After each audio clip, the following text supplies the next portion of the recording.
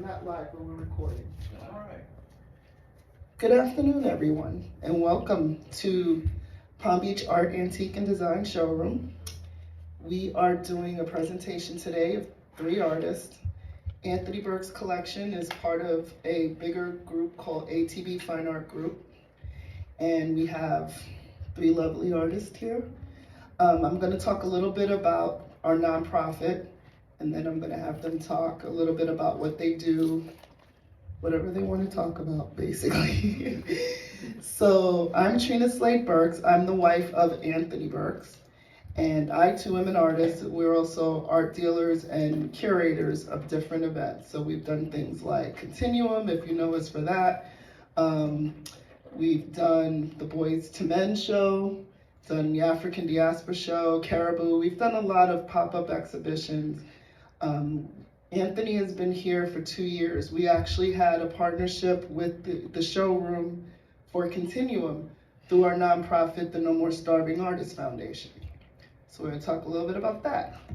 That organization got started to help artists build their legacy. We help artists who may need some professional development work, exhibition opportunities, financial development, all kinds of things that you tend to get in your regular lives in business. We're teaching them how to treat their art as a business and grow from that. So we do some things with young artists, and the particular thing we're doing here is a grant called Art Aid. So Art Aid helps artists who need different things. It might be they need to finish a project and they need a little bit of capital to finish the project. We've helped partially finance funerals, people who have been injured and need a little bit of money, so they'll have like a GoFundMe and we'll contribute to that. We've helped people who have had issues covering rent for their studios for a month or 2, so we've helped in that. So we've done a lot of little things, and then we give out grant money for like micro grants. So right now we're in the process of raising more money for micro grants because a lot of artists during the pandemic took advantage of an opportunity where we were able to pay them money to be able to just live for a month, whatever they needed it for. And the only stipulation is we have a pay it forward clause, which tells them that you receive this money, you have to do something for the community. You know what I mean? So it could be an artist can teach a mini class at a community center for a couple of hours.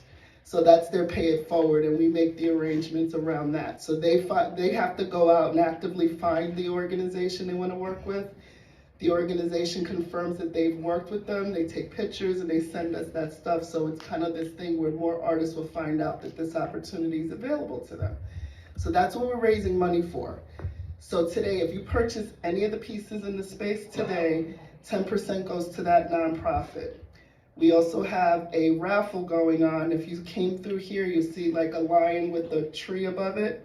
We're selling raffle tickets for that. $20 for 1 raffle ticket or $100 for 6 raffle tickets. And half of the proceeds for the sale of those raffle tickets are going back to the nonprofit as well.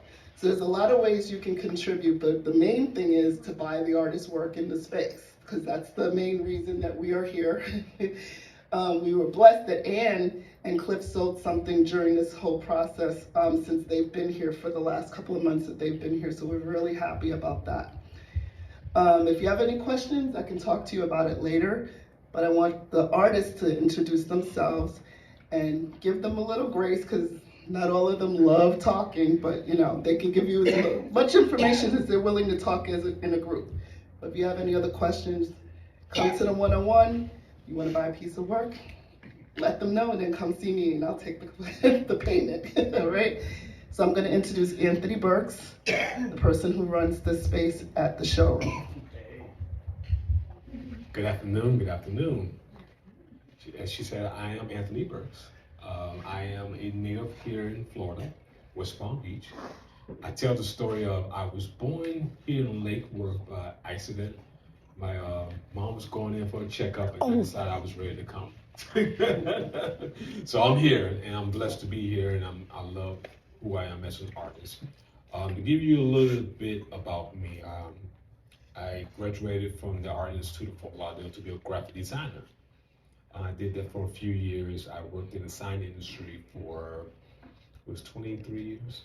23 years I was in the sign industry for a long time. Got laid off, which at the time was horrible, but the best thing that could have happened to me as an artist. It allowed me to develop my style, it allowed me to create the body of work that I have here today. And I enjoy everything about art. Everything about me is art. And I am a collector as well. I haven't collected Clifton yet, but I'm going to. But I do own a piece of ends. And both of them I have collected my work. So we have supported each other in some form or fashion through the years we've been knowing each other. I've been knowing Anne a little longer than Cliff. She's bought, if you see the kimono piece in the back, in the other side there, she was the first person to buy the series. So she put it on the map. And I'm grateful for it. I hope you still love it, right? Yeah. Great. Because that's the nice thing. I don't want my art to be in anyone's home if you can't respect it, enjoy it, and give you peace. Because again, this is our open diary. We allow you into our world. We open our diary to let you see what we think every day of our lives as artists. And as for myself, I get bored with creating the same thing. So I'm always switching up my style. I'm always changing things. I haven't quite changed my medium that much other than adding watercolor to it. Because I'm technically a color pencil artist and a pencil artist. But I've now started adding watercolor into a lot of my backgrounds and my pieces, which is giving me a little bit of freedom because I'm so detailed with my work that with the watercolor, it just allows me to just have fun. I let nature take over. So people say, oh, you're a great watercolor. I said, no, I'm not. I said, I just let life and nature take over when I put the watercolor down and let it do what it needs to do. I add other elements to it as well. I put a little salt on it so to give it a little bit of texture, different things in my pieces. So if you ever get to see me, which if you don't know who I am, this is my work over here. I am this wall here and the backside wall. And I am I'm gonna call myself the curator today. I'm the curator of the space. This is my showroom space that I display my art at, and I invite these beautiful people to be part of it. And when I say beautiful, again, Cliff and I have been knowing each other for what? A couple years. And man, he's very quiet. So I don't know very much about his history until we did a showcase together, and I read his bio, and I'm like, wow, okay. I came to him, I had to bow down to him, man, you've done a lot over years. And Anne is she's just a beautiful soul. She loves her nature. She's been in this game for a while. Yeah. So if you don't own her work, you need to own her work. Yes. Thank you. Yes. Big ups to both of them, and I'm thank them for being here. So my styles, I have quite a few for my styles here. I love doing my portraits, which are done in charcoal, again, color pencil, watercolor. I tell people all the time, I am not a portrait artist, so please don't come to me and say, Anthony, create my family. No, I can't do that for you. These people that I have created over the years are people I have met through the arts, and once I figure all of my artists, like the gentleman up top here, I can never pronounce his name right, so I'm not going to. But I met him at a showcase. He's a DJ, but he came in with these pointed red shoes.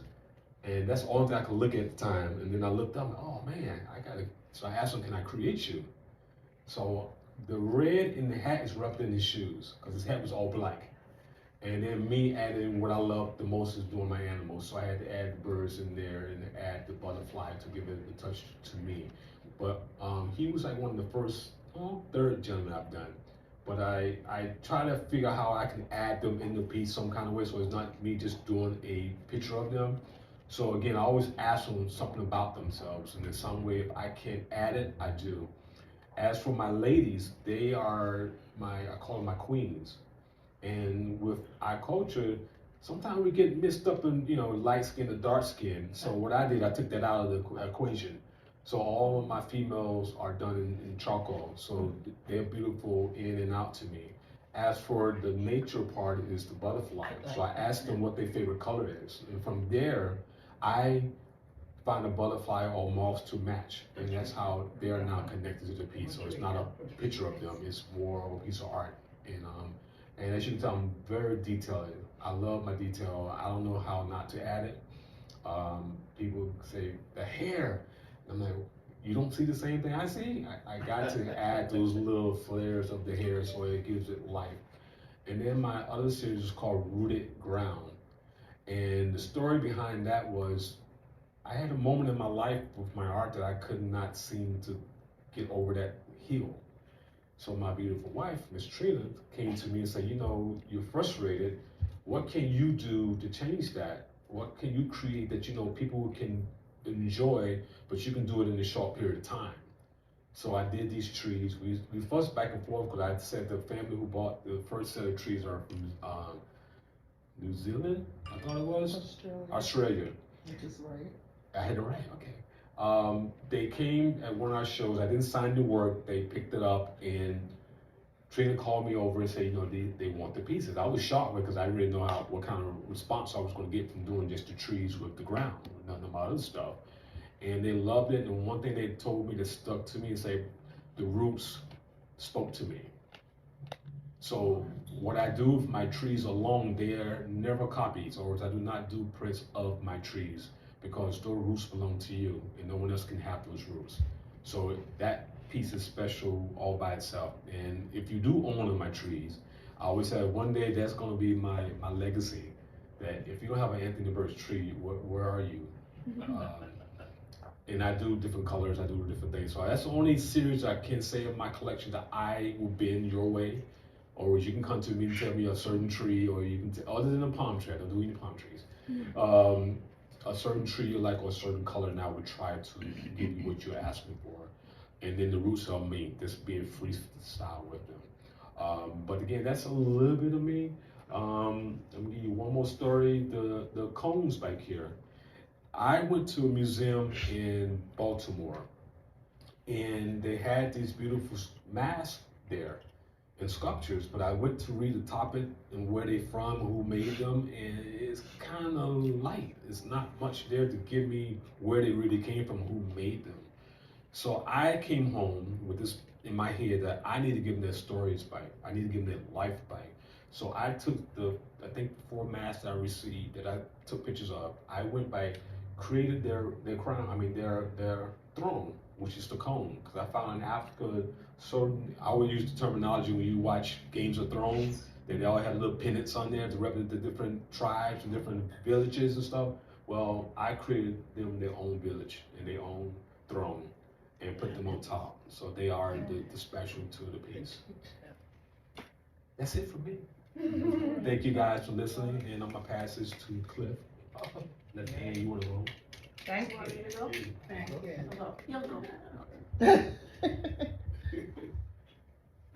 Good evening, and I'm delighted to be able to make a little presentation with you. That's close. Okay. Good. Yeah. Well, I happen to be one of those artists that got started early on in my life, as early as I can remember.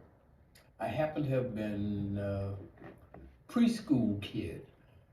I remember at that particular time, I was especially curious in making things. And during that time, I was in kindergarten. Of course, I can remember the street and place where I was at that time, and I found my first girlfriend. And this was preschool. And it was very exciting, and I happened to make art. And I made art for whatever it was called for. I made art, and whenever it was not, I actually made art. And I find this beautiful young lady that was especially familiar with me. We even went to church, and we had a good time. We had a good time, and I graduated to high school, and I made things, and I just always enjoyed making things. I made things from wood, whatever the material might have been. My mother had shoes that she'd grown out, or shoes that I could have, and I made things out of shoes. I made things out of just whatever the material might have been, and I had a good time making things. So by the time I made it to high school, I made things and I realized, aside from playing football and enjoyed myself at that, but would have had a lot more, a much more enjoyable time making art. But I didn't, and for a long time I didn't. I guess for that 3 or 4 years I didn't, but I had a little chance to, I had a chance to sing in the choir. I did a number of interesting things until I came to the point where I was popular in the rally. In our state rally, I won an award, and then in another rally, I won a special award. I said, God, wait, I should major in art. I was drawn towards architecture, but I realized I should major in art. And I found myself in art, and that was a fantastic career to be in, because I could do things that I'd like to do and do things that I wanted to do. And the devil may care about what else happened. So I continued to make art, and I found myself later on working or organizing the Contemporary Art Center. There was a young lady who I worked with in college. And I was a part of a group that got together and created what was called the Contemporary Art Center in New Orleans. And yes, I'm from Louisiana, and which happens to be for me a very special place. And as a process of the Contemporary Art Center, I was very active there, and active for quite a number of years. And I moved on to teach school. I taught school, which was a very active part of my life. I enjoyed that so very much. And if you see people that were around me, you'd know how much I enjoyed teaching school. I took kids to New York. I took kids to Houston.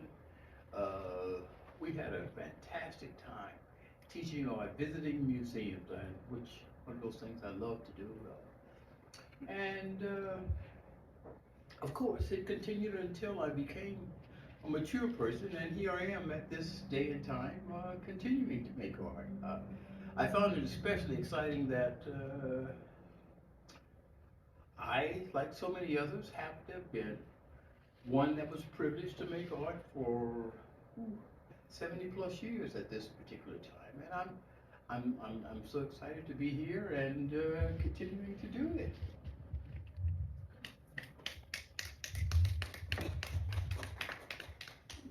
And flip work is right here. The pieces are right here. The sculpture, the drawings, collage. Did you teach industrial arts or shop? No, I didn't. I would have, but in high school, because I was in this academic environment, I went to shop. In middle school, I did take shop, and I always liked building things. I made sculpture. I made sculpture out of wood, out of metal.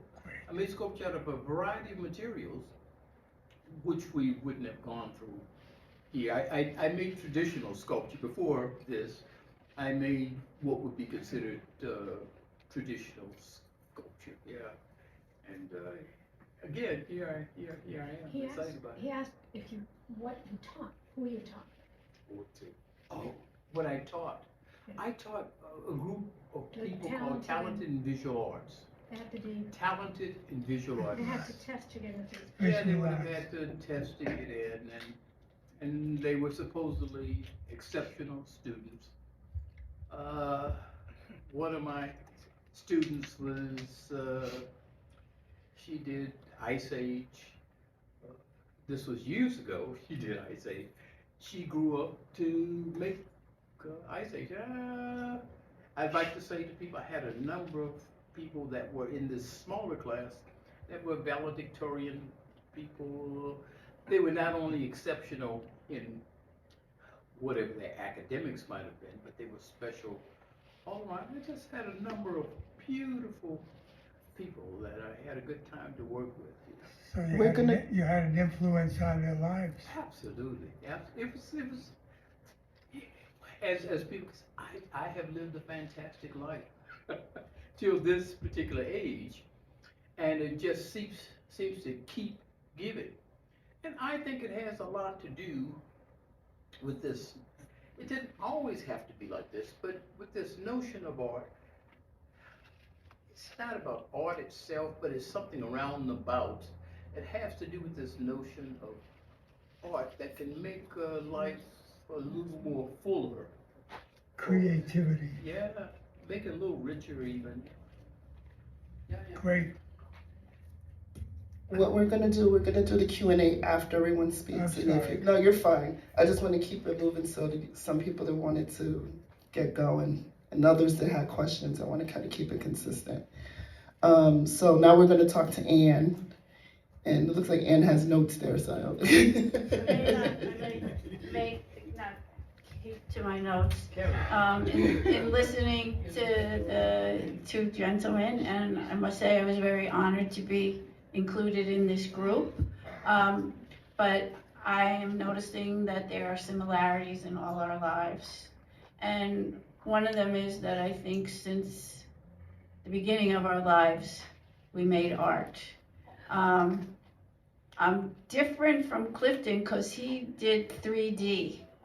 I only drew and painted, and I had shop in school too, but I only drew and painted, and it never really occurred to me to do anything but draw and paint until I was really like maybe 30, and some people were making books, and I thought, oh, I would like to do that too.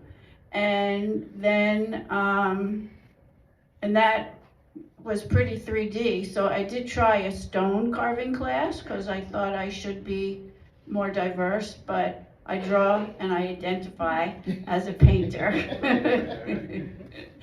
So I was fortunate to be able to go to art school in Manhattan, and I majored like Anthony in commercial art, thinking that would be a good, safe route for the future. And I started in fashion illustration, and that wasn't for me. So I switched to regular illustration, and I really liked it. But then I sort of got on my high horse, and I thought, I'm really too good for this. I'm going to be a fine artist, and I went over to Cooper Union. And I went there for about a year, and I said, you know, Parsons was better. And I called, and the head of the department said, so what do you want? You want to come back? And I said, yes, please. So I came back, and it was different. And at that time, I became very interested in the Italian Renaissance. This seemed odd, you know, it was such kind of going from like psychedelic art to the Italian Renaissance. But that was my interest, and it was my interest for many, many years. And figurative work was always my interest. And, but I did want to have a job and earn money. So I went on and I became an art therapist, and I have a master's degree from Pratt Institute in art therapy and creativity development. And like Clifton said, I loved teaching. I found it to be stimulating, and it brought a life and a creativity into me that I just felt like everything was flowing really well, and I loved working with the kids. And I never had worked with adults until I moved here to Florida, and I was just doing my thing, and somebody asked me, a neighbor asked me, if I would teach an art class for her and her husband who had Alzheimer's. So I said, oh, sure, I can do that, not a problem. And before I knew it, I had a whole classroom of adults, all who rode horses, which I do too, and many who had devoted themselves to riding horses and never had the opportunity to experience something else. And we were a great group, and it was a wonderful class. And the people amazed me by how much they learned and how good they really were. But the one thing that was different was that it didn't have the same meaning for them that it did for us, to where it was like our most important thing. For many of them, the most important thing was riding horses. Now, riding horses is a nonverbal activity, right? You're communicating with your horse in a different way. Painting is also a nonverbal or a preverbal activity where, we're not writing notes and then saying this is what I'm going to do in the painting. And so it comes from another place inside. And every time I have to do one of these talks, I try to convey something about what it's like to do something from the inside. And I decided I'm going to switch it around a little. And I put my meaning into my work. And when people come to listen to me speak, I think they're expecting me to tell them what my meaning is. But my meaning is not your meaning. You have your own life experience. And so then I remembered when I was in graduate school, I had to do original research, and I found a template for testing which was called the measurement of meaning. And I just loved that name, the measurement of meaning. How can you measure meaning? And I found out how, and I did it. And so you're not measuring meaning by asking people to make statements or you making statements. You're measuring meaning by getting people's sort of a hedonic reaction. Hedonic means the feeling of pleasure, pain, or no feeling at all. And this man made a chart, and the people could fill in the chart. Is it this much this way? Is it this much that way? Now here are some of the things. These are my paintings, by the way. I'm going to quiz you on this. So let's start with the flower painting. So it would be, do you think that this painting makes you feel or think hot or cold? More hot, more cold. So, Cindy, is it more hot or more cold in your feelings? I would say more. Okay. I don't know your name, but what do you think? Hot. Hot. Okay. So that's one way to approach how it's affecting you inside. How about soft and hard? Do you think this painting is more soft or more hard? You think it's soft. And it's between hot and cold. And what do you think? Andy, yes? I think it's hard. Okay. So how about stillness or spinning? That's a real visceral experience. Michael, do you think that this painting is stillness or spinning? Which way does it go? Very, very still for me. Okay, thank you. So, and then another one would be fast and slow. Bridget, do you think it's fast or do you think it's slow? I think it's fast. Okay. I don't know that lady's name, but do you think it's fast or slow? Slow. Okay. So, in this way, you're starting to find what's inside of you and what's your meaning of the work, and it's not in the form of a story. And this is what I wanted to tell you about. Hedonic. Thank you. How do you, hedonic? Hedonic tone. So thank you very much. Thank you very much.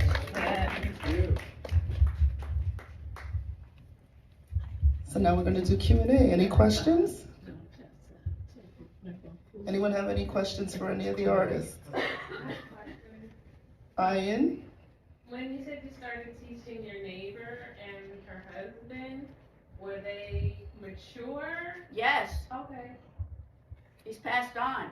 Oh. So he was an elder. Quite mature, as I am. And do you feel that anyone can become an artist at any age? Or? I believe that, yes. Do you deal with veterans? I've never dealt with veterans. I have worked with some specific populations. My first job, which I mentioned to Trina, I worked at the day treatment program of Catholic Charities in Newark, New Jersey, and I taught art to schizophrenics.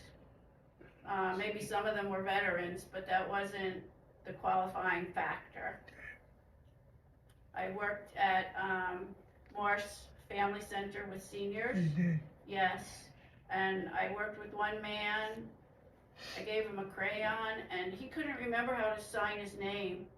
He was maybe 98 years old, but he really, really liked coming to visit with me. I was the young girl, you know.